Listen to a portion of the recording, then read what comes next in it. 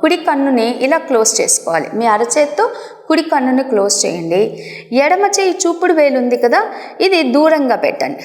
Okay, దీన్ని నెమ్మదిగా కంటి దగ్గరికి తీసుకురండి. 2 సెకండ్లు ఉంచండి. 1 2 3 4 5. మళ్ళీ బ్యాక్ దూరంగా తీసుకెళ్ళండి.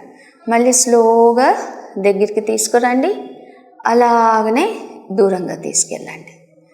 Slowly bring closer and again go back.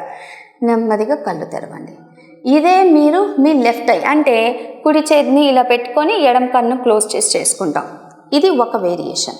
రెండో వేరియేషన్ ఏంటంటే అండి, మీ బొటన వేలుని ఇలా ముందుకు పెట్టుకోండి, ఎడమ చెయ్యి వెనక్కి పెట్టేసేయండి. కరెక్ట్గా మీ కంటి లెవెల్లో ఉండాలి.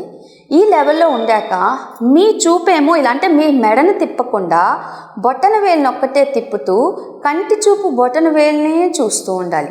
మెడను తిప్పట్లేదు, మనము intense focus on the corner of the I. మళ్ళీ అలాగనే బొటన వేలు నెమ్మదిగా ముందుకు దాకా తీసుకొచ్చాం. Again second round. నేను నా మెడ తిప్పట్లేదు, బొటన వేలుని ఒకటే తిప్పుతూ ఉన్నాను.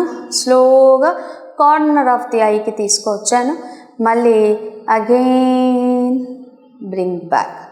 నెమ్మదిగా చేతిని కిందకి తీసుకొచ్చాం.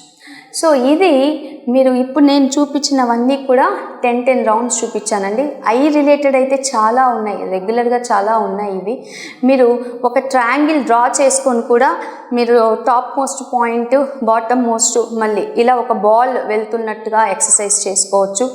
జిగ్జాగ్ ప్యాటర్న్ పెన్తో డ్రా చేసుకొని పైనుండి కంటిని ఇలా జెడ్ షేప్లో ఉంటుంది కదండి, అట్లా కంటిని మూమెంట్స్ చేసుకోవచ్చు. ఈ కంటి మూమెంట్స్ అన్నీ కూడా ఐకి సంబంధించినవండి. So to have good eyesight బాగా ఉండాలి అంటే రెగ్యులర్గా ఒక 5 నిమిషాలు టైం పెట్టుకొని ఈ స్ట్రెచెస్ చేయండి.